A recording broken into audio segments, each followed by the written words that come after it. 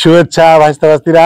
আজকে আলোটা মুখে পড়েছে বুঝলে, ক্যামেরাতে একবারে আমার ফেস মনে করো একেবারে জল জল করিচ্ছে, মানে কি বলবো, নায়ক নায়ক ভাব লাগিচ্ছে নিজে। যাই হোক, যে কথা কইতে আসলাম, মানে কি শুরু হইলো রে বাপ, মানে ঢাকা তো সালপালারা আবার মারামারি শুরু করে দিছে, কি গ্রাফিতি না কি না হোক, যাই হোক, কি লিয়ে এই যে আদিবাসী গ্রাফিতি সরাই দিছে বই থেকে, দিয়ে মনে করো যে এক পক্ষ আন্দোলন করিচ্ছে আর এক পক্ষ মনে করো যে তোমার মারধর করিচ্ছে।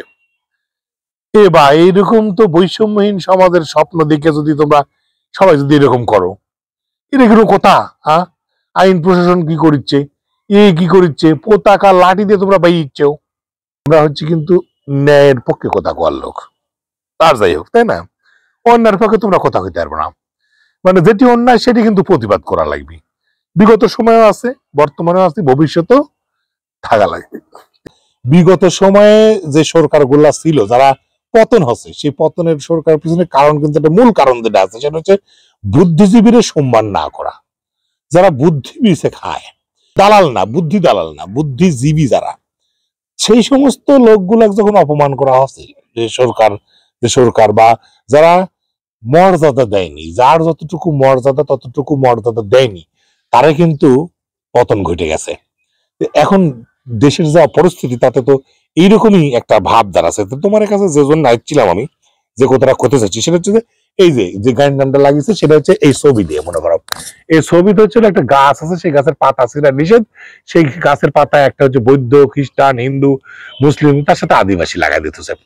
আর একটা ছবি ভাইরাল আছে, দেখো, এই ছবিটা ভালো আছে। এই ছবিটা হচ্ছে যে মারমা আদিবাসী, মনে করো যে সাঁওতাল, হ্যাঁ, এই সবাই একটা জায়গাতে আছে, বাঙালি, এটা পাতা ছেড়া নিষেধ। এই ছবিটা কিন্তু আসল ছবি, এই যে ছবিটা আঁকিছে পরে সালপালাটা নিয়ে আন্দোলন করেছে।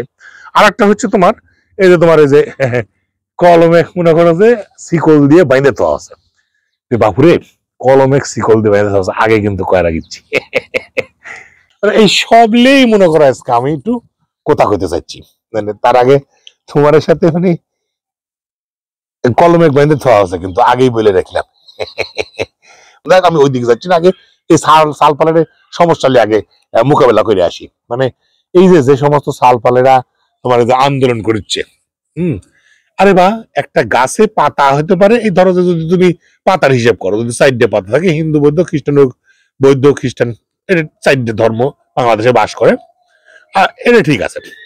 এর সাথে তো আদিবাসী পাতা আসারই কথা না। ওই যে পরের যে ছবিটা দেখলে, যে ছবিতে হচ্ছে তোমার সাঁওতাল, ধরো মুন্ডা হইতে পারে, পাহাড়ি, বাঙালি, এইটার যে কথাবার্তা, এই গাছটার যদি এইগুলা পাতা থাকলো নি, পাতা ছেড়ে নিয়ে তাই ঠিক হলো নি।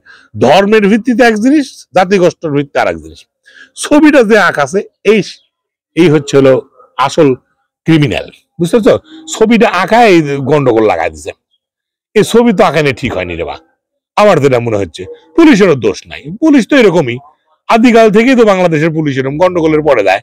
সিনেমাগুলো দেখে তো দেখা যায়, বাংলা সিনেমা তো আমরা আদিকাল থেকে দেখে আসছি, তো গন্ডগোল শেষ, মারামারি শেষ, তখন পুলিশ আসলো। হ্যাঁ, ভালো মন্দ দেখা নাই, রাগ তাক ধরিলে তো একটা মামলা দিয়ে দিল।